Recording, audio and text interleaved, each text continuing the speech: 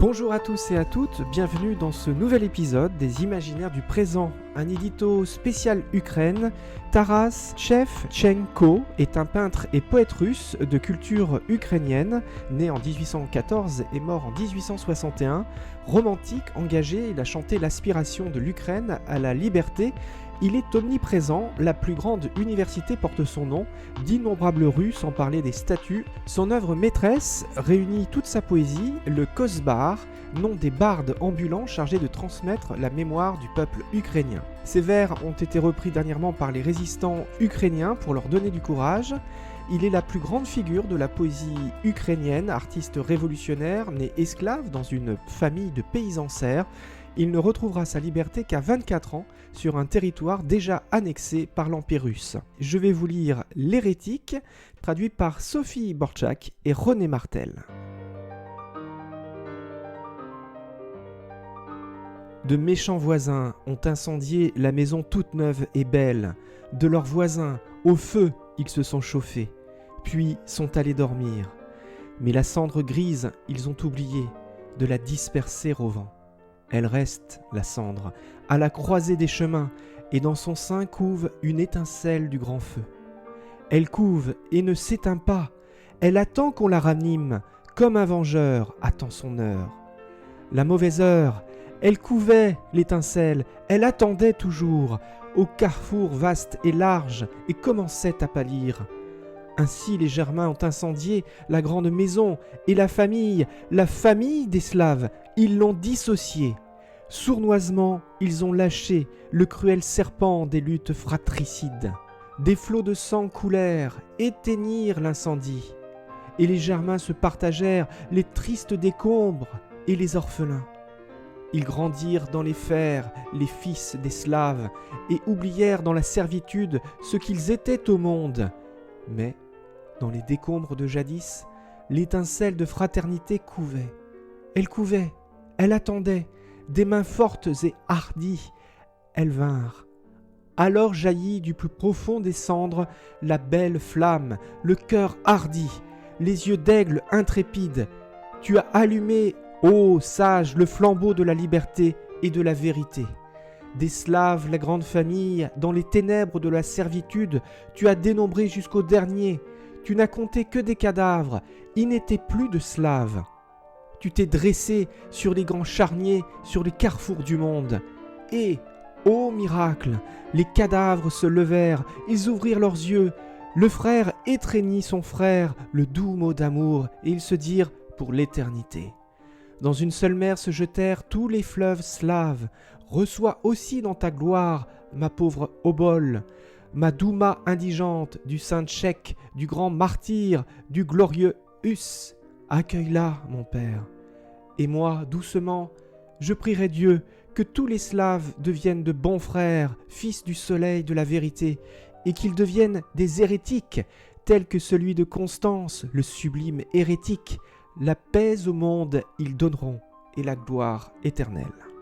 Voilà, c'était un poème du grand poète ukrainien Taras Shevchenko, le plus grand poète russe de culture ukrainienne du 19e siècle.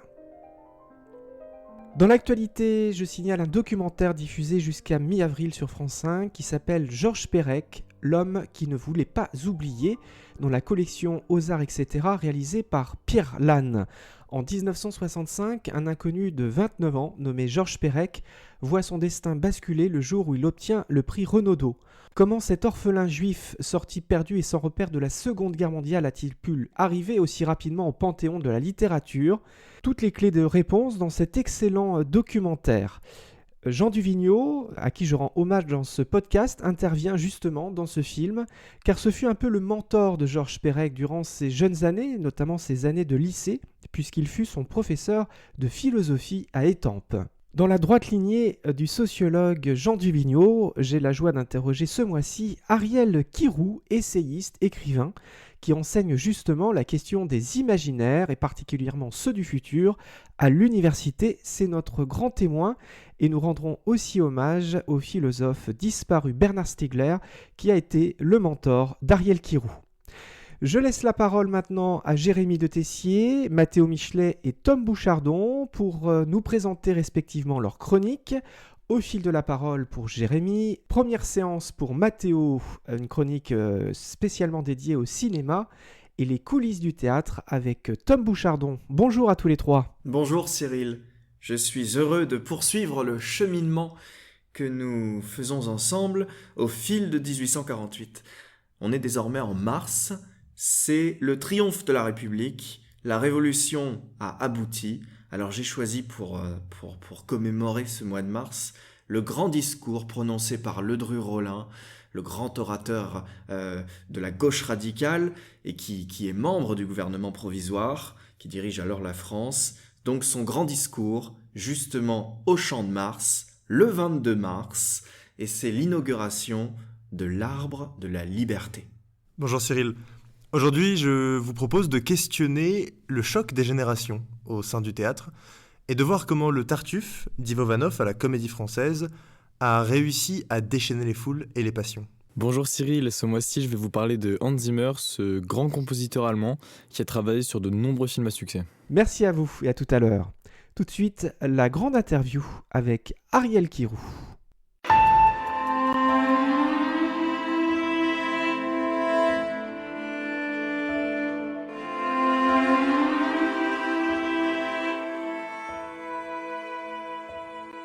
Dans ce nouvel épisode d'Imaginaire du présent, j'ai le plaisir d'accueillir Ariel Kirou. Bonjour Ariel. Bonjour. Ariel Kirou, vous êtes journaliste, écrivain, essayiste et animateur radio spécialisé dans les nouvelles technologies, les musiques électroniques, la science-fiction et les grandes avant-gardes artistiques du siècle dernier. Vous êtes chercheur associé au laboratoire Costec. Vous êtes membre du collectif de rédaction de Multitude. Vous avez publié dans les Imaginaires du futur une version augmentée d'un dernier ouvrage qui s'appelait ABC Dick, nous vivons dans les mots d'un écrivain de science-fiction. C'est deux livres différents en fait. C'est d'un côté l'ABC Oui. Dick, qui a été augmenté, de l'autre côté dans les imaginaires du futur. ABC Dick, nous vivons dans les mots d'un écrivain de science-fiction, un véritable hommage de plus de 600 pages avec des entrées, des notions clés qui vous sont chères et qui sont chères à l'auteur. Il rentre combien d'actualité ce livre puisque nous célébrons cette année la 40e année de la disparition de Philippe Cadic, comme on l'appelle. Cadet. Le livre commence par cette citation « Retour au réel par la case désastre ». Cette phrase pourrait peut-être résumer l'histoire en train de s'écrire en Europe, nous le verrons au cours de ce podcast.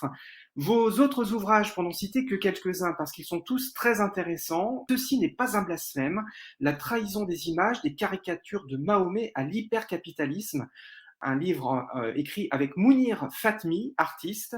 Vous avez écrit avec Bernard Stiegler un entretien avec ce philosophe, L'emploi est mort, vive le travail, aux éditions Mille et une nuits, avec un long préambule pour comprendre la pensée du philosophe et son importance que nous allons écouter dans quelques instants.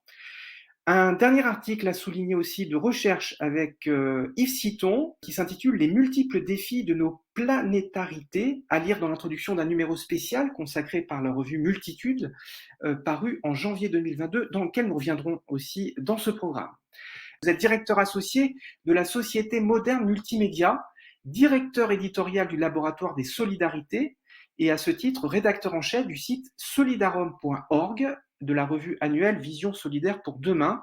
Vous êtes donc ce directeur éditorial de ce dispositif de la Fondation Cognac-Jay, donc qui comprend cette base de connaissances pour l'invention sociale et solidaire. Nous reviendrons sur tout cela. Et je crois que vous avez été aussi, peut-être toujours encore, professeur de sociologie à l'université de Versailles, Saint-Quentin-en-Yvelines, où vous enseignez étudiants la sociologie des pratiques culturelles avec un angle très numérique. Et maintenant, j'ai aussi un cours sur les imaginaires du futur, en master. En 2020, vous affirmiez déjà dans la revue Ouzbek et Rika, soyons lucides, acceptons qu'on est déjà entré dans le chaos. Il n'y a pas d'apocalypse à venir, on est déjà dans le délitement, dans des effondrements en cours. On reviendra un peu sur cette citation forte qui montre qu'on est déjà dans le futur du tragique et qu'il y a plein d'imaginaires possibles pour faire face à ce chaos. Je vous propose de débuter cet entretien par un de vos maîtres penseurs. En plus de Jean Baudrillard, l'écrivain Alain Damasio, il y a le grand Bernard Stiegler, ce philosophe que vous avez rencontré à de multiples reprises, à qui vous avez consacré un livre, L'emploi est mort, vive le travail. C'est l'un des penseurs français majeurs de la technique. nous allons écouter Bernard Stiegler qui s'exprimait en janvier 2017 à l'occasion de la sortie de son livre Dans la disruption, comment ne pas devenir fou, une interview menée par Thibault Liorade avec Serfi Canal. Ces paroles trouvent un écho particulier avec l'actualité puisque vous allez l'entendre, il parlait d'une Europe riche, certes, mais pouvant être perturbée par la disruption. Nous l'écoutons, Bernard Stiegler. Il y a très peu de gens qui ont dit que la technique, c'est un facteur fondamental. Voilà. Maintenant, nous sommes démunis face à cela. Et c'est ce qu'utilise le transhumanisme, parce que le transhumanisme, lui, est un courant de pensée qui est en train de canaliser un petit peu tous les paumés de la disruption en leur disant, nous avons une vision. Sauf qu'à mon avis, cette vision est extrêmement dangereuse, outre qu'elle est totalement fantaisiste sur le plan scientifique, parce que promettre l'immortalité, c'est une fantaisie, elle est extrêmement dangereuse sur le plan économique. Elle est d'abord insolvable et extrêmement productrice d'externalités négatives. Donc elle ne va faire qu'accélérer un processus qui a fait que les électeurs de M. Trump, finalement, ont fait remporter M. Trump. Alors, à qui elle profite, cette disruption? Elle n'est pas née par hasard. Eh bien, elle profite à des capitaux risqueurs qui savent prendre des risques et qui ont une intelligence de ce processus. Mais je tiens à redire que je n'accuse pas ces personnes-là de comploter pour court-circuiter les puissances publiques, par exemple européennes. Quand on se demande à qui elles profitent, il faudra aussi demander à qui est-ce qu'elles lèsent. Elles lèsent l'Europe. L'Europe, alors pourquoi l'Europe? C'est l'Europe. Parce que l'Europe, c'est le marché le plus solvable du monde, toujours. C'est un marché qui est riche encore. Ça ne durera peut-être pas très longtemps, mais c'est encore le cas. Une population relativement bien soignée, plutôt bien éduquée, mieux que la moyenne mondiale, et fondée sur justement des systèmes sociaux. Quand je dis système social, n'entendez pas sécurité sociale. J'entends système social au sens de ce que décrit Durkheim, c'est-à-dire ce qui fait la solidarité sociale, ce qui fait que la société véritablement est non pas anomique, c'est-à-dire le Far West, privé de loi, mais véritablement un ordre qui fonctionne et qui est efficient et dans lequel les gens s'investissent. Cette Europe qui a construit tout cela surtout à partir de la Renaissance, parce qu'avant la Renaissance, l'Europe était plutôt un pays en retard en réalité par rapport à la Chine par exemple et à l'islam, enfin disons à partir du XIIIe siècle. Voilà. Mais l'Europe a construit une extraordinaire civilisation d'une puissance énorme qui est d'ailleurs à l'origine un petit peu de tout ça. Mais maintenant, elle est en train d'être disruptée alors, par ceux qui savent effectivement tirer profit de ça. Il y a une chaire aujourd'hui de disruption à Harvard, par exemple, que le professeur Christensen anime, et on enseigne voilà, à la jeunesse à la façon d'exploiter ces processus disruptifs. Pour être très concret, qu'est-ce que c'est que le processus disruptif? Quand vous interagissez sur une plateforme où le système a enregistré toutes vos interactions précédentes, il peut avoir sur vous des dizaines de milliers de données, voire plus, corrélées avec d'autres systèmes de données d'ailleurs, parce que vous avez des échanges et trafics de données aujourd'hui à l'échelle mondiale, eh bien ce système analyse votre comportement contemporain, actuel, en fonction de ce que vous avez fait précédemment et en fonction de son business model, et met en œuvre des algorithmes qu'on appelle du calcul intensif, qui peuvent aller 4 millions de fois plus vite que vous. Parce que votre système nerveux fonctionne à 60 mètres par seconde, c'est un flux nerveux, tandis que sur les réseaux optiques, l'information circule à 200 millions de mètres par seconde. À partir de là, vous avez un différentiel absolument foudroyant, et donc vous avez un problème de retard structurel. Voilà. Demain, il faut créer un New Deal, comme ça a été fait en 1933 face au taylorisme. Le taylorisme crée des emplois. L'automatisation digitale ne crée plus d'emplois, ou très peu. À partir de là, il faut redistribuer pour quoi faire? Pour lutter contre l'entropie. Parce que ces systèmes automatiques, ils sont autoréférentiels. Et en théorie des systèmes, un système autoréférentiel, c'est un système fermé qui tend à produire de l'entropie et à s'autodétruire. Donc il va falloir réintroduire de la négantropie, ce qu'on appelle l'entropie négative.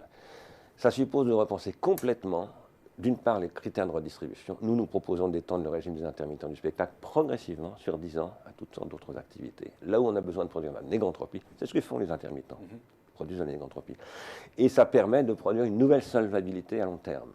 Ça suppose évidemment de faire évoluer un peu tout, le droit du travail évidemment, aussi les programmes éducatifs, les rapports entre la jeunesse par exemple et l'environnement économique, enfin, tout doit bouger. Nous sommes en train de mettre en place cela à Pleine Commune. Nous avons créé cela aussi en réfléchissant à l'évolution du World Wide Web. Il faut faire évoluer les formats de données, par exemple. Nous travaillons avec Orange sur cette question. Nous réfléchissons avec Dassault Systèmes sur la création de vrais réseaux sociaux Aujourd'hui, les réseaux ne sont pas sociaux, ils sont antisociaux. Et comment créer un vrai réseau social dans une entreprise entre des ingénieurs, etc., pour que véritablement on produise de la négantropie et non pas de la répétition de ce que veut le management, ce qui est une catastrophe. Ariel Kirou, comment résonnent en vous aujourd'hui les propos de Bernard Stiegler qui étaient prononcés en 2017, qu'on vient d'entendre? C'est difficile de les résumer, mais il est clair que je suis en plein accord avec la plupart des idées qu'il développe en fait dans cet extrait, hein. Le constat qu'il fait par rapport au transhumanisme, le constat qu'il fait donc par rapport en fait à cette démiurgie technologique qui est une sorte de gigantesque leurre qui ne peut que produire plus d'inégalités en fait dès lors que les règles ne sont pas changées. Ouais. Euh, donc d'accord avec lui aussi, là il en parle moins, mais parce qu'il parle de l'entropie la question écologique, la question environnementale est pour lui également primordiale. Et simplement l'écologie telle qu'elle était vue et perçue par Stigler est une écologie en quelque sorte, on va dire multiple, à la fois verte et grise, c'est-à-dire c'est une écologie de l'esprit autant qu'une écologie de ce qu'on pourrait appeler la nature. Donc, c'est une écologie qui touche l'humain, le non-humain, l'intellectuel, le spirituel. C'est une écologie globale, quelque part, éminemment supérieure à l'économie. Donc, tout ce que dit, tout ce qu'explique Bernard Stiegler dans cet extrait me semble tout à fait juste, hein, et sa conclusion, en quelque sorte, c'est-à-dire qu'il faut une bifurcation.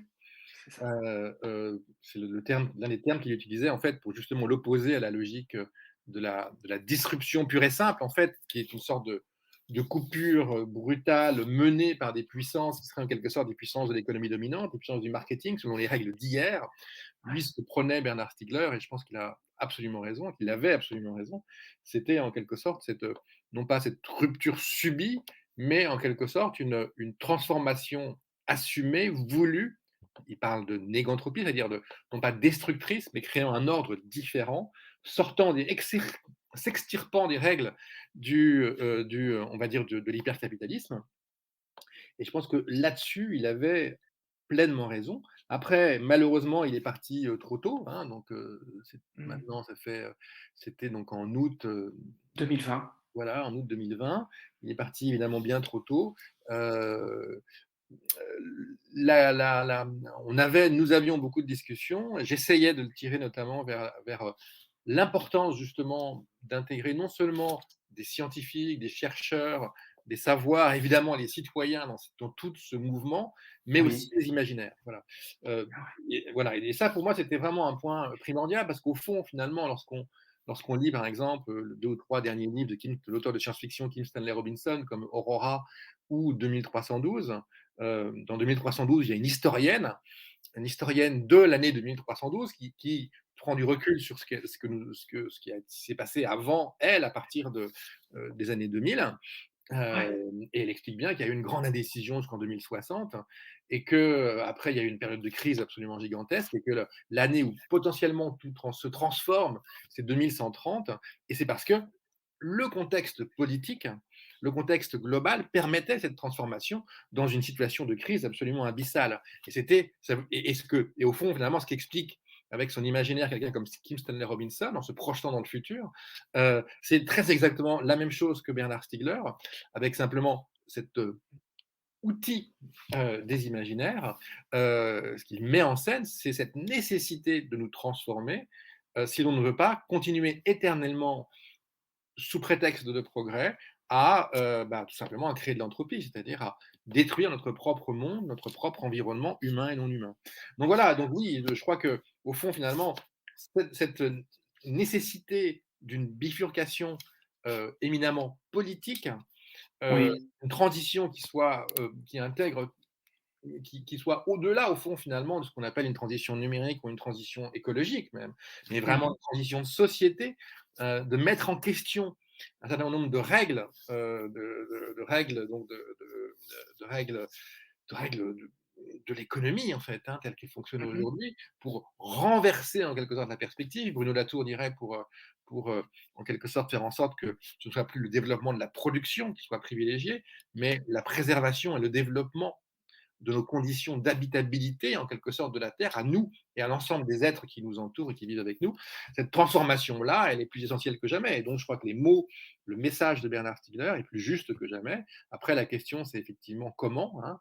Donc, moi, je crois qu'en termes de sensibilisation, pour définir un horizon, les imaginaires sont primordiaux. Il faut également définir des mesures. On lui parlait du revenu contributif.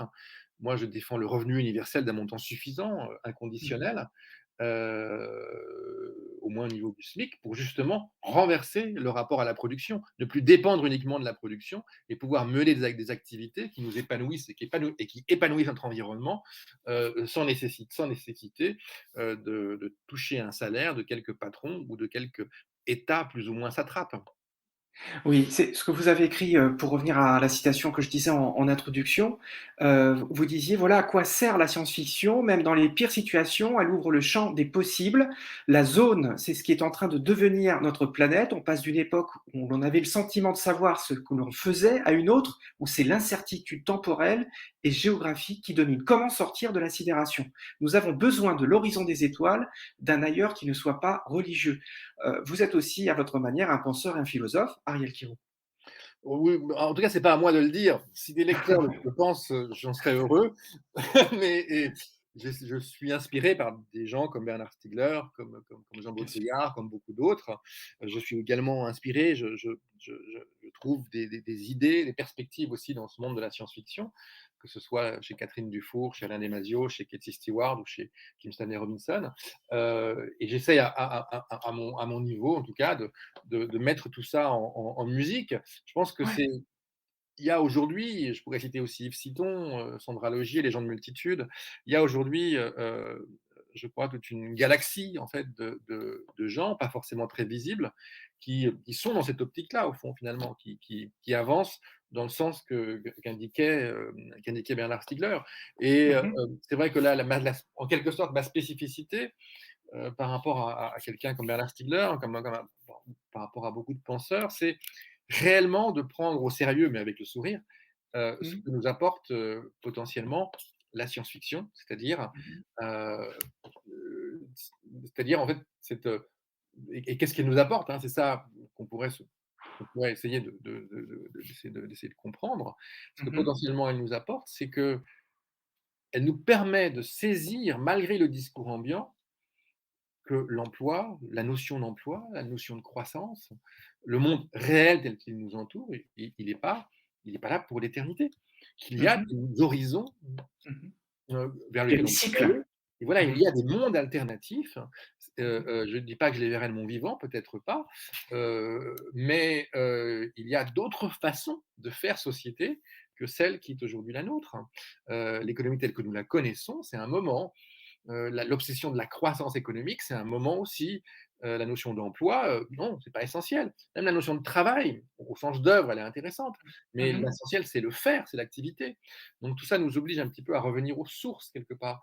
Et les imaginaires sont excessivement importants pour nous Mmh. faire ressentir, nous faire comprendre qu'il y a d'autres horizon et qu'il y a d'autres chemins pour potentiellement y arriver. Et qu'il y a une dialectique à trouver entre le chemin et l'horizon. Pour moi, il y a vraiment deux types de récits qui sont complémentaires et tout à fait essentiels.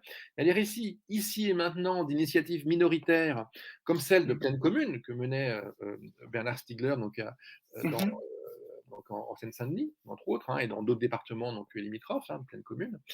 Euh, mais il y en a beaucoup d'autres. Il y a des associations partout en France. Il y a des fondations, il y a des tas de gens qui prennent des initiatives de solidarité, Mmh. d'accompagnement de publics vulnérables, qui lient l'écologie à l'accompagnement de personnes handicapées. Il y a, voilà, les Mmh. logiques de recyclage, le logiciel libre. Il y a une multitude aujourd'hui de gens qui font, et il faut raconter ce faire, ici et maintenant, même s'il est ultra minoritaire, il faut le mettre en images, en son, en musique, en mots. Et ça me permet de comprendre qu'il y a des chemins. Et puis, ce que font les auteurs comme Norbert Marjanian, Catherine Dufour, Kim Stanley Robinson et beaucoup d'autres de science-fiction, même des textes anciens comme ceux de John Brunner ou de Ursula K. Le Guin ou de Philippe Cadic, qui nous montrent au fond finalement qu'il y a des tas d'autres voies possibles. Et ils nous montrent autre chose, pour rebondir par rapport à ce qui a été dit tout à l'heure, ils nous montrent au fond et là Philippe Cadic est très fort là-dessus, c'est que au cœur même de ce qui nous semble être un désastre, Mmh. ce qui nous semble être quelque chose qui est en train de s'effondrer, il est possible de semer les graines et de trouver des tas au fond, de perspectives Mmh. constructives, très positives, au cœur même de la dystopie. L'utopie se niche dans cette dystopie et aller vers l'utopie, aller donc vers ce qu'appelle Bernard Stiegler la négantropie, c'est une tension. Hein. On n'est jamais dans la démocratie, on n'est jamais dans la justice, mais on tend vers la justice, on tend vers la Mmh démocratie. mh. Et il faut bien comprendre que, je veux dire, le réchauffement climatique, on n'en est qu'au début. On a vécu la crise du Covid, on a vu Mmh. la régression de Donald Trump, on a la régression de Zemmour and Co, et on a la régression terrible, violente de Poutine en Ukraine. On voit qu'effectivement, l'ancien monde n'en finit pas de mourir, et en mourant, il n'en finit pas de détruire toute capacité à faire monde, en fait. Hein. Et donc, je crois qu'on a presque un, je suis pas du tout. Je pense qu'il faut se méfier le terme comme optimiste ou pessimiste, mais je crois qu'on a, en tout cas, nécessité à trouver à la fois dans la raison de quoi critiquer et trouver dans les imaginaires de quoi construire, relier les deux. Hein, mais la raison sert aussi à la construction, l'imaginaire sert aussi à la construction. Et je pense que parce que justement nous avons ce sentiment de crise absolument infernale qui n'en finit pas, à tout point de vue, Mmh. je pense qu'il est plus indispensable que jamais de travailler à ce à quoi pourrait ressembler une société avec d'autres types de règles que celles de l'économie dominante ou que celles de l'ancien monde guerrier, en fait, hein, Oui, qui ouais. aussi, on va Vous dire, nous, vous voilà, nous choque. Ariel Kirou, donc vous plaidez pour un imaginaire constructeur, non destructeur. Vous avez écrit d'ailleurs dans le préambule d'Abécédique, l'enjeu n'est plus de créer de l'imaginaire, de l'irréel à partir du réel, mais bien au contraire de se nourrir de fiction ayant su se réinventer un réel. Le pari, comme l'écrivait Jean Baudrillard en 1981, est de réinventer le réel comme fiction. C'est ce que vous faites dans vos écrits et dans vos activités professionnelles multiples. Vous êtes un écrivain multiforme et vous avez énormément d'activités. On peut vivre plusieurs vies avec plusieurs métiers. Vous le démontrez. Oui, oui. Après, ce qui est assez étonnant, c'est qu'il se relie en fait bien souvent. Voilà, quand effectivement là, le 18 mars va sortir, donc juin Oui, 2022, Nos futurs solidaires, avec 14 oui. nouvelles de science-fiction, 4 moments de conversation, de réflexion sur des questions de solidarité, sur des utopies solidaires, sur des récits de solidarité. Ouais. Bien là, très clairement, je relie plusieurs de mes mondes, c'est-à-dire je relie le monde ici et maintenant de solidarum.org, du Mhm, laboratoire de solidarité de la Fondation Cognac-Jay, qui essaye de travailler, en fait, d'explorer, de montrer des projets inspirants, de travailler avec mhm, des penseurs sur notre capacité à faire autrement société, en fait. Hein, donc, dans une logique à la fois solidaire et écologique. Et ce bouquin, avec les 14 nouvelles d'auteurs comme Sabrina Calvo, Vincent Borel, Catherine Dufour, Sylvie Lenné, Lambert Merjanian, Michael Rock, Katie Stewart, donc des auteurs en fait de la Vol, des auteurs d'ActuSF, des auteurs, de jeunes auteurs parfois, d'autres plus mhm, anciens comme Philippe Curval, eh bien, on voit que les mondes qu'ils tissent ne sont pas contraires au réel, ne sont pas destinés uniquement à nous faire rêver, mais en tout cas à construire des rêves vers lesquels on peut aller potentiellement. Parfois qui peuvent nous faire peur, parce que hein, il y a de la terreur aussi dans les mondes qu'ils décrivent, mais il y a aussi oui, de l'espoir, il y a aussi du bonheur, et il y a des tas de liants assez extraordinaires dans ces nouvelles.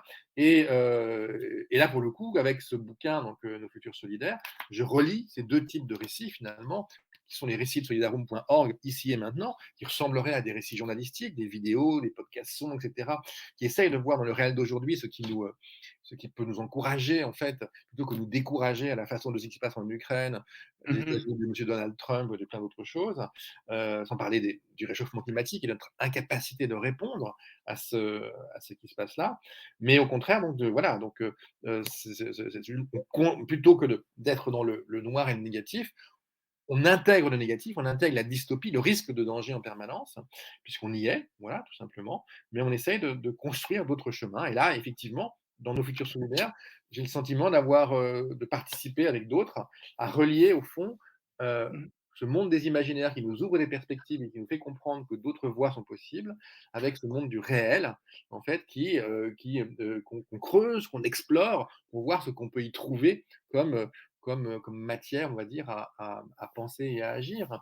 Hein, la science-fiction, contrairement à ce qu'on imagine, en tout cas celle que moi je défends, n'est pas Oui. opposée au réel, elle nourrit le réel. Effectivement, Baudrillard disait, elle le réinvente comme fiction, hein, c'est-à-dire mais lui, il partait du principe que l'ensemble de nos sociétés étaient irréelles, au fond, étaient dans un monde de simulation, et dans ce cadre-là, effectivement, l'enjeu n'est plus de trouver du vrai, mais de construire quelque chose qui serait plus juste. Hein. Et c'est au fond, finalement, le message un petit peu, c'est comme ça en tout cas que moi je traduis l'un des messages de Jean Baudrillard, qui a été plein Oui. de fois critiqué, c'est justement en prenant acte de ce monde de fiction, pour donc l'orienter grâce à des fictions qui, au lieu de nous enferrer, de nous enfermer dans un imaginaire de pure compétition, un imaginaire de profit, un imaginaire d'actionnaire, un imaginaire qui ne relie plus, mais qui au contraire, au fond, n'en finit pas sur des modes différents de construire des plantations ou des usines, c'est-à-dire des entités fermées qui se contrefoutent de leur environnement, donc des humains et les non-humains qui les entourent.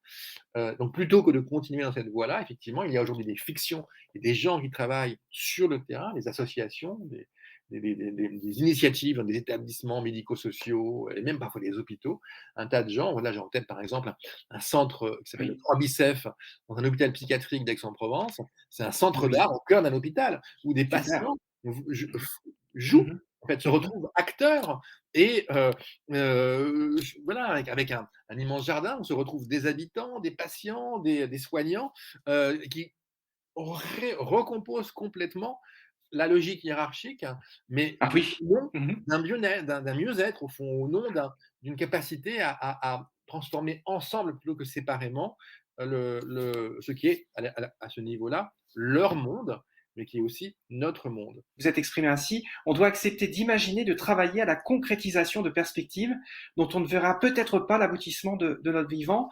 L'autre clé, c'est la pluralité, car s'orienter dans la pluralité, c'est préserver le doute et intégrer la complexité du monde». C'est vrai qu'en des temps de désinformation, et justement l'effet pervers des technologies, des menaces de cyberattaques de la Russie etc., on a besoin quand même d'horizons d'avenir et vous incarnez cela à votre manière, vous incarnez dans vos écrits, dans vos activités. Il y a des possibles, possibles.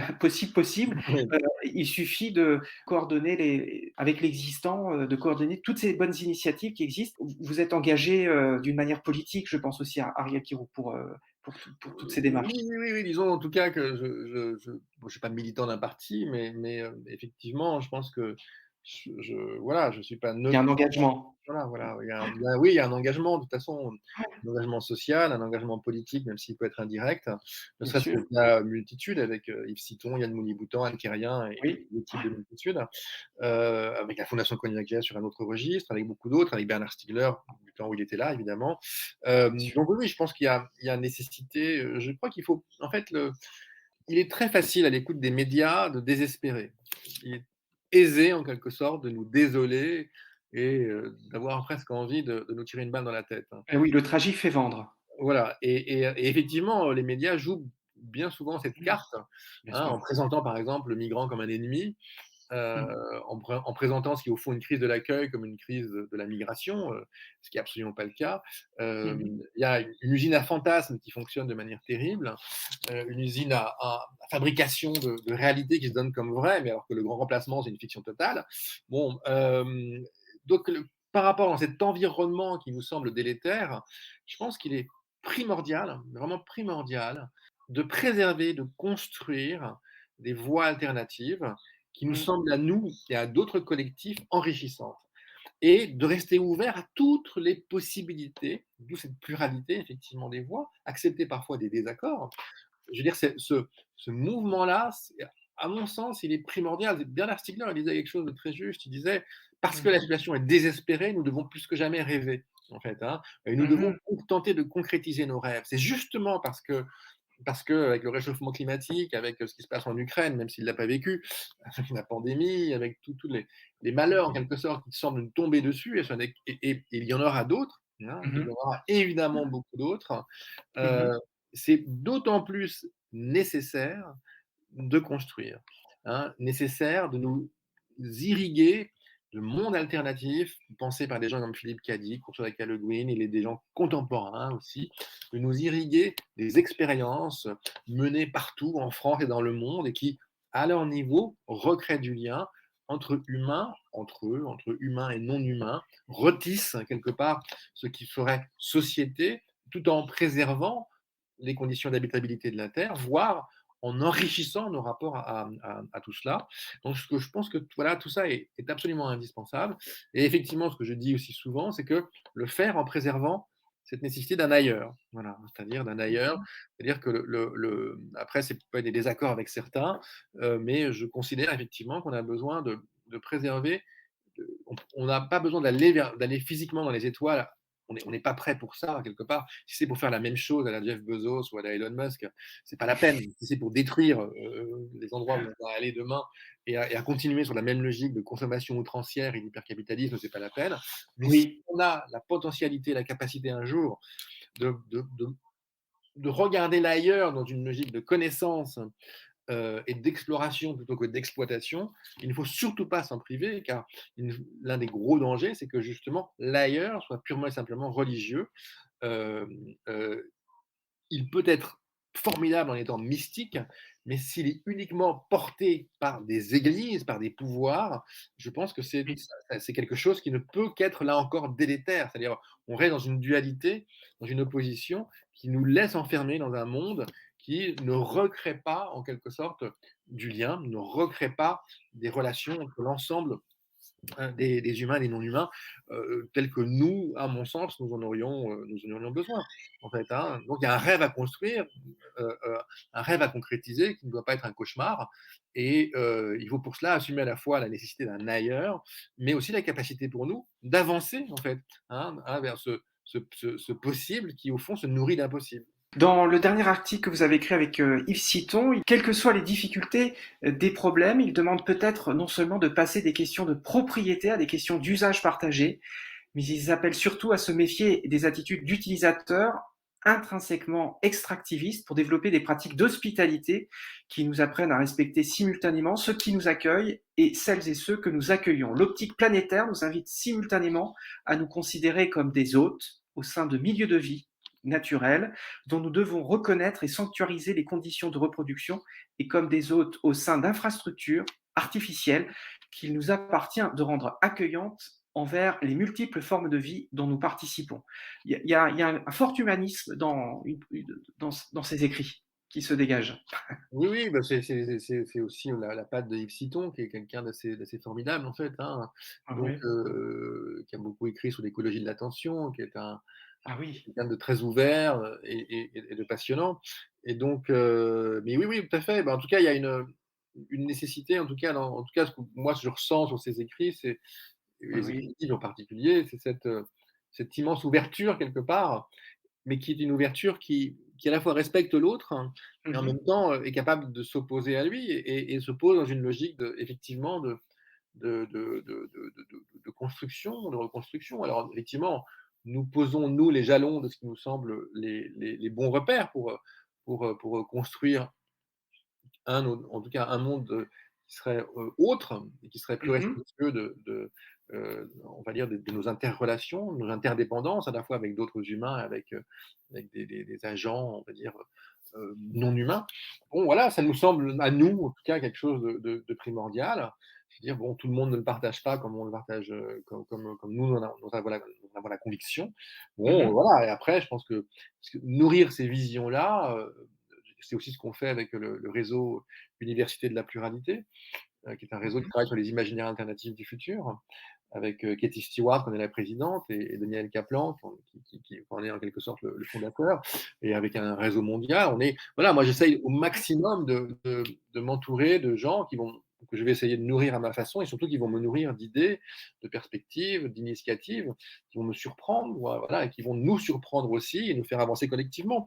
Alors voilà, ça peut sembler un peu utopique, hein, mais cette part d'utopie en action que je décris, elle se construit en ayant bien conscience non seulement de de la part de dystopie dans le monde qui nous entoure, mais aussi de ce fait assez simple que l'utopie des uns peut être la dystopie des autres et que voilà, il faut aussi être assez humble par rapport à ce monde qui nous semble à nous utopique, hein, donc sinon on se prend des effets pervers en fait en avançant. Mais voilà, mais en tout cas voilà, là-dessus j'ai une sorte de pessimisme combatif ou d'optimisme lucide, chacun décidera ce Oui. qu'il en est, mais je crois qu'on est condamné à ce type on va dire de démarche en fait, hein, a le mérite d'exister et puis qui n'est pas déplaisante en fait. Oui, on ne peut pas ne pas croire et rêver en fait, hein. Moi, j'avoue que je pense que le rêve, et dans toutes les dimensions du rêve, tel le rêve nocturne, puis le rêve très concret par rapport à d'autres mondes vers lesquels on pourrait avancer, par rapport à des ailleurs, je pense que c'est quelque chose qui est essentiel à l'humain, qui nous donne une ouverture et qui nous permet, y compris dans les pires conditions, d'envisager d'autres façons de faire.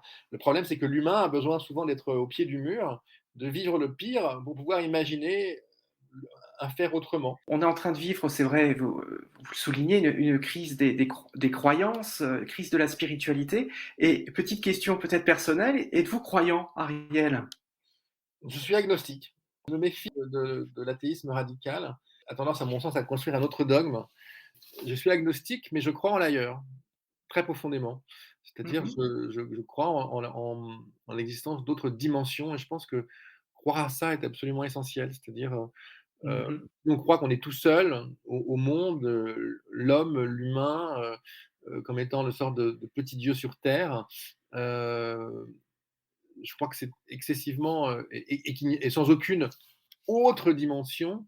Mmh. Je pense que c'est à mon sens relativement destructeur puisqu'en fait voilà, bon, dans ce cas-là, tout est possible, on fait tout pour notre intérêt, en fait. Accepter l'idée d'un Oui, ça ailleurs, mmh. voilà, nous donne, en tout cas, si on l'accepte comme un ailleurs, c'est-à-dire si on ne le fait pas de Plus cet d'humilité. ailleurs, Ouais. voilà, ça donne plus d'humilité et surtout, il faut que cet ailleurs garde sa dimension d'ailleurs. C'est-à-dire que si on lui met une barbe, si on lui met, 12 une série de vierges, à côté de lui, si on lui met des anges X ou Y, bon, s'ils sont mystérieux encore, ça peut aller et ça peut être super intéressant. Si on préserve en quelque sorte l'inconnu qu'il y a derrière, Bien ça sûr. peut être Ouais. hyper enrichissant. Mais dès lors qu'au fond, finalement, on transforme l'ailleurs en une caricature d'humanité, Mmh. à mon sens, là, il y a un problème. Et dès lors aussi que l'ailleurs humanisé ainsi et colonisé en quelque sorte par des églises, par des dogmes qui prétendent détenir la vérité, là encore, il y a, à mon avis, un souci. Il faut que l'ailleurs puisse être préservé dans sa dimension la plus radicale, hein, celle de l'inconnu quelque part, celle du mystère, qui nous ouvre tous les possibles de l'impossible. Et ça, pour le coup, j'y crois profondément. Et mon agnostisme, ou mon agnosticisme, hein, les gens le disent différemment, au fond, se construit sur cette base-là. C'est-à-dire que l'artiste, le créateur hérétique, il n'est Oui. pas blasphématoire. C'est l'autre qui lui dit: Vous êtes Mmh. blasphématoire. Lui, il explore d'autres voies. Et pour rebondir quand même par rapport à la question, oui, je crois en la spiritualité dans tous les sens du terme. Hein, c'est-à-dire à la fois l'humour et l'ailleurs que représente la spiritualité. Je veux dire, voilà, donc ça, je pense que c'est quelque chose d'assez essentiel. Euh, ma fâcherie avec Michel Onfray date de son bouquin sur l'athéisme, où il expliquait notamment que Raoul Vaneigem, que j'avais présenté, était un ultra-rationaliste, qui n'était absolument pas le cas, et où il donnait le sentiment qu'au fond, finalement, l'ultra-rationalisme et l'anticléricalisme étaient la même chose, qui n'a strictement rien à voir, à mon sens. On peut être Mmh. mystique et anticlérical. Voilà. Et je crois en cet ailleurs, en fait, quel qu'il soit. Simplement, je serais bien incapable de le décrire, parce que ce qui est formidable, c'est que personne ne peut le décrire. D'où l'intérêt de l'art, d'où l'intérêt de l'imaginaire, d'où l'intérêt de tout ce qui nous permet, en quelque sorte, de le mettre en scène sans y croire comme une vérité pure et rationnelle, mais en tout cas en y croyant comme étant potentiellement des lumières. L'actualité récente pour vous, Ariel Kirou, c'est la sortie le 18 mars chez SF Éditions Nos Futurs Solidaires. Voilà, ActuSF, c'est une coalition de ActuSF et du Laboratoire des Solidarités. C'était vraiment passionnant cet entretien qu'on a eu avec vous. Merci beaucoup, Merci. Ariel Kirou, et on vous souhaite plein de bonnes choses pour l'avenir. Ouais. Et à très bientôt pour de nouvelles œuvres. Merci beaucoup. Merci beaucoup. Merci. Imaginaire du présent, le podcast au format radio. Et je vous propose maintenant un hommage musical à l'Ukraine avec le groupe Odin V Canoë qui a été créé en 2010 à Lviv. À la voix, vous allez entendre Irina Shvedak, donc qui est née en mai 1989 à Zolochkiv en Ukraine. À la guitare, Ustim Pormuski et Igor Dzivoski à la percussion. Et j'interprète au piano à la fin de ce morceau. Hommage au peuple ukrainien avec le groupe Odin V Canoë. Bonne écoute.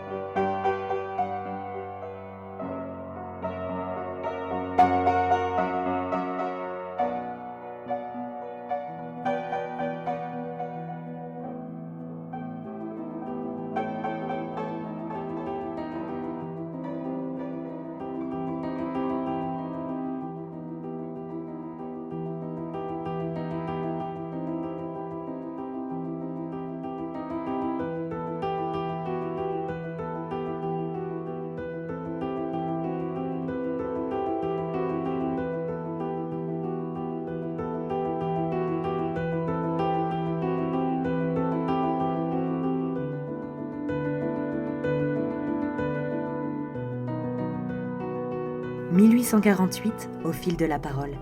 Les meilleurs discours de l'année 1848, mis en voix par Jérémie de Tessier. Citoyens, je vous remercie, au nom du gouvernement provisoire, d'avoir eu la pensée de renouveler ici un grand souvenir, celui de la Fédération de 1790. Ces remerciements, je ne vous les adresserai pas seulement au nom de la France, mais au nom de l'Europe, mais au nom du monde entier. Ce théâtre de la Fédération, ce champ de Mars, rappelle un glorieux passé.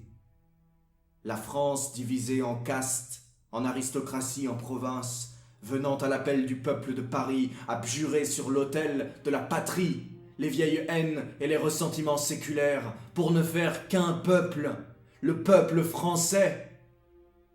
Il est un autre souvenir, celui du Champ de Mai, où la nation menacée par l'invasion étrangère, où le peuple indigné se leva pour défendre sa nationalité. À cette époque, l'Europe trompée, subissant la volonté de ses maîtres, a cru que nous voulions l'envahir et nous avons eu Waterloo. Et aujourd'hui, nous lui répondons, sublime réponse, en lui envoyant la liberté. Notre révolution s'est accomplie en 3 jours, et son retentissement sera tel que l'Europe peut dès aujourd'hui se déclarer libre. Les 2 rives du Rhin retentissent de l'appel aux armes de l'Allemagne, las d'un joug odieux. L'Autriche, ce pays de plaisir que Metternich traitait comme une autre Venise. L'Autriche se réveille tout à coup et proclame son indépendance. Les autres pays suivront l'exemple que nous avons donné et bientôt disparaîtra sous le souffle populaire la poussière des trônes où s'endormait l'oisiveté des rois. Nous avons le droit d'être fiers, je le répète, car à la défaite de Waterloo, nous n'avons plus à opposer qu'un cri de délivrance et de liberté. Salut à toi, arbre glorieux, symbole de cette délivrance et de cette liberté. Salut à toi. Je le prédis avec bonheur. À cette place où il y a 60 ans on venait fraterniser au nom de la liberté, à cette place, nous verrons bientôt se ranger autour de toi les députations du monde entier, autour de toi. Viendront se grouper, unis dans une commune étreinte et dans un commun amour, les membres si longtemps divisés de la grande famille humaine que la grande famille française aura associée à sa liberté et à son triomphe. Nous sommes forts aujourd'hui parce que nous nous appuyons sur la liberté, sur vous, travailleurs intelligents qui avez fait la révolution et qui voulaient qu'elle porte ses fruits. Maintenant, mes amis, retournons à nos travaux et que nos voix confondues répètent ce cri qui a retenti au cœur du monde. Vive la République! Amis, avant de vous quitter, je désire dire un mot qui devra trouver de l'écho. La vue de ce monument glorieux, de cette école militaire, me rappelle qu'on a manifesté des craintes sur la présence à Paris de quelques régiments. Je proteste de toutes mes forces contre des sentiments de méfiance indignes de la générosité française. Il n'est pas possible de scinder ainsi le peuple et l'armée. Le peuple, c'est l'armée. L'armée, c'est le peuple. Qu'est-ce que l'armée? N'est-ce pas la portion du peuple la plus généreuse? Le sang de notre sang? Qui donc, dans ces temps de corruption et de honte que nous subissions naguère, conservait encore les traditions de l'honneur? L'armée. L'armée seule. N'est-ce pas elle qui représentait la vieille gloire de la France, dans les plaines, dans les montagnes d'Afrique? Sans elle, on aurait pu croire que la France s'était dégénérée. Sans elle, d'insolents rivaux auraient pu croire à l'impunité de l'outrage. Donc, gloire à l'armée. Oui, mes amis, gloire à elle, car elle s'est rappelée en février qu'elle était peuple, et elle n'a pas voulu tirer sur le peuple. Vous avez vu comme moi ces soldats désolés qui nous faisaient voir qu'ils ne voulaient pas combattre des frères. Plus de soupçons, plus de défiance. D'ailleurs, que peuvent faire 3 ou 4 régiments? On croirait que vous pouvez avoir peur, vous si fort, vous si grand. Pour moi, mes amis, et c'est mon unique pensée, j'y songe tous les jours. Je ne serai content, je ne serai heureux que lorsque j'aurai vu dans un grand banquet, sur ce même champ de Mars, l'armée, la garde nationale et le peuple fraternisés. L'armée n'a pas besoin d'être amnistiée, elle est vous, vous êtes elle. Fraternité entière entre nous. Et c'est l'heure de retrouver la chronique Première séance, chronique cinéma présentée par vous, Mathéo Michelet. Né le 12 septembre 1957 à Francfort en Allemagne, Hans Zimmer est devenu aujourd'hui un des plus grands compositeurs de son temps. Il est connu pour avoir réalisé de nombreuses compositions musicales pour notamment de nombreux films d'animation, de séries, de jeux vidéo et de films. Naturalisé américain, il réside désormais à Los Angeles, près des grandes productions hollywoodiennes. Il est multi-instrumentiste car il joue du piano, de la guitare, du banjo et de la basse. Il est important de parler de la jeunesse et de l'enfance de Hans Zimmer puisque dès son plus jeune âge, à seulement 3 ans, il commence le piano, en autodidacte. Il perdra ensuite son père à l'âge de 6 ans et avec sa mère, ils quitteront l'Allemagne pour rejoindre l'Angleterre. Le premier genre qui intéressera Zimmer est la musique électronique. Il intègre ensuite le groupe The Buggles lancé par Trevor Horn et Geoff Downes. Mondialement connu pour avoir composé la musique Video Kill de Radio Star, Hans Zimmer apparaîtra d'ailleurs dans le clip. Dans les années 80, il commence ensuite à produire pour certains films. Il fera la rencontre de Stanley Myers, qui est aussi un compositeur de musique. Et ils vont tous les deux débuter une longue collaboration. Ils vont produire plusieurs films, et notamment My Beautiful Laundrette.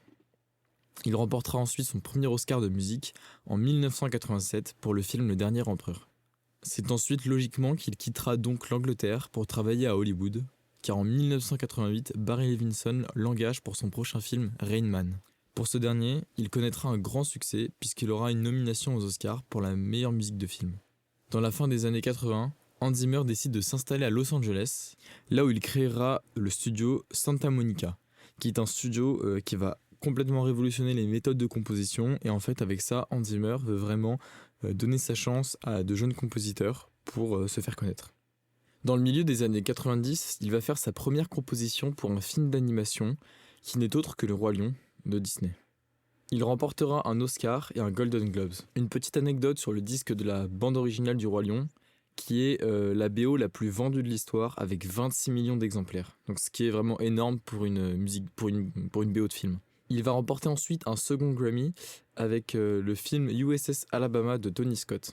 Il aura après une énorme opportunité avec Steven Spielberg qui le nomme à la tête du département musical de son nouveau studio.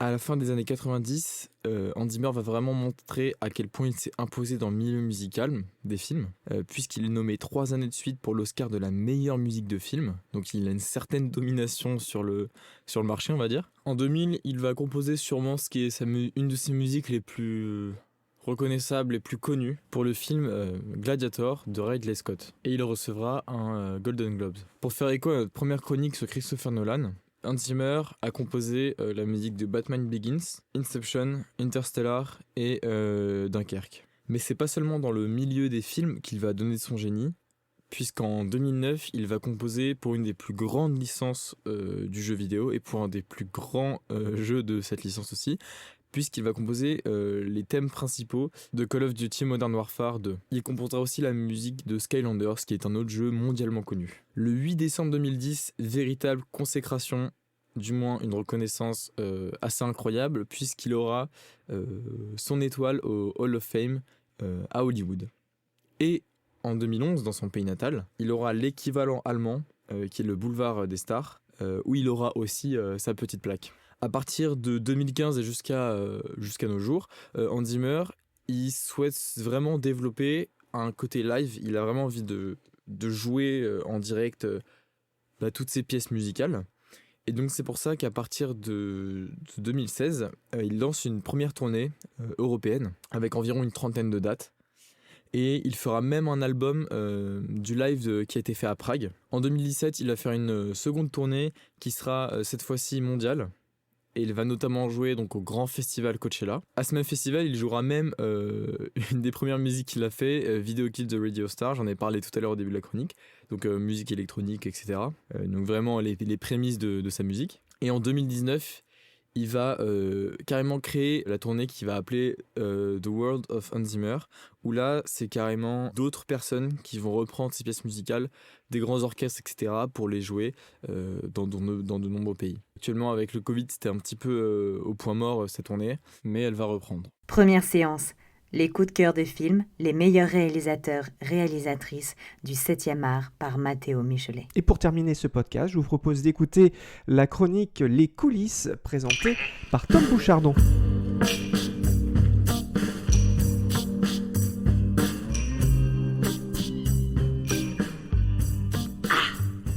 Méchante.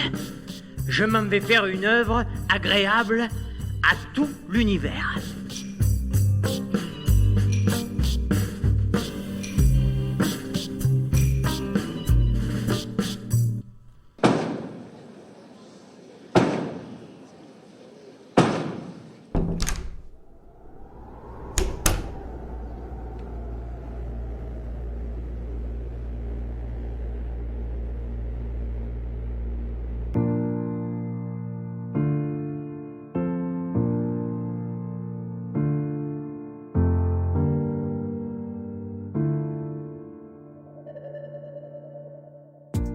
La coulisse. Tom Bouchardon. Les différentes générations choquent et s'entrechoquent. Notre société est un formidable hameau de rencontres entre tous les horizons et les générations. Mais au rang politique, personnel, voire culturel, quand entrent en jeu les opinions, entrent également les discordances. Ce que l'on appelle le choc des générations. Rares sont les occasions d'observer ces dissonances, ces ruptures. Une fois n'est pas coutume, le théâtre court au chevet des hommes. À l'occasion du 400e anniversaire de la naissance du célébrissime Molière, le non moins célèbre Ivo Vanov met en scène à la Comédie Française le Tartuffe ou l'Hypocrite, version en 3 actes, censurée et jamais jouée aux Français. Que dire d'un tel spectacle, si ce n'est aborder son niveau de perfection? Dans une esthétique propre au metteur en scène belge, la scène de la salle Richelieu est transformée en tout point. C'est une scénographie épurée, frontale, parfois violente, qui rend la cage de scène apparente dans des teintes toujours plus sombres de noir et blanc. La première scène, où l'on découvre le sauvetage de Tartuffe par Orgon, et où le décor est installé à vue, est peut-être la plus grande scène, la plus grande claque de cette saison. Une puissance hallucinante se déploie sur le plateau de la salle Richelieu. Le spectacle est d'une frontalité rare. Les 7 comédiens sont au firmament d'un art qu'ils semblent réinventer à chaque scène. Christophe Montenez, déjà révélé dans Les Damnés, est absolument splendide, puissant, terrible de Dupri. Loïc Corbery est un frère bouleversant, Dominique Blanc une Dorine inoubliable. Cette nouvelle version de la pièce, restituée par Georges Forestier, rend le tout plus sulfureux, plus frontal, là encore. Une esthétique forte, voire choc, qui sublime un classique que l'on n'a jamais si bien entendu. Mais voilà, cher Cyril, chers auditeurs, il serait trop simple d'acclamer sans limite une pièce superbe. Oui, voici ici venir ma vindicte, celle contre un monde en train de disparaître. Le spectacle a reçu, dans la presse, un traitement disparate, et ça peut dire. Au milieu du concert de louanges, certains et certaines critiques dénoncent un dispositif artificiel, infidèle à l'œuvre de Poquelin, bref, Ivo Vanov a choqué son monde. La mort de Madame Pernelle, notamment, fut discutée et remise en cause. La crémation sur scène, dans un tableau enflammé splendide, n'a pas plu à nos traditionnels critiques. La fin aussi, une scène imaginant la famille d'Orgon 9 mois après, s'éloignant alors de tout carcan moliériste et montrant Elmire enceinte de Tartuffe. Cette scène pourtant inexistante dans l'œuvre originelle met en lumière la raison de la censure de cette pièce à sa création. Elle met un point final à une version presque révolutionnaire d'un classique que l'on a trop entendu. Alors quoi? C'est trop simple? Trop divertissant? Trop spectaculaire, peut-être? Ce n'est pas en stigmatisant un spectacle divertissant et qui plaît aux jeunes générations que l'on redonnera ces lettres de noblesse au théâtre. Tartuffe.